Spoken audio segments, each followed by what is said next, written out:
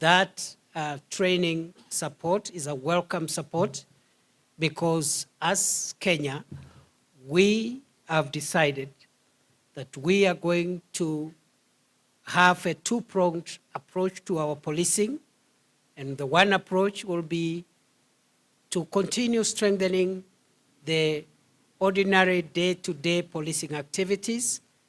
But at the same time, we want to continually develop the capacity of our tactical specialized units within the National Police Service that help us to combat, to detect, and also combat complicated and sophisticated criminal activities, including the cattle rustling and banditry, terrorism, and also money laundering.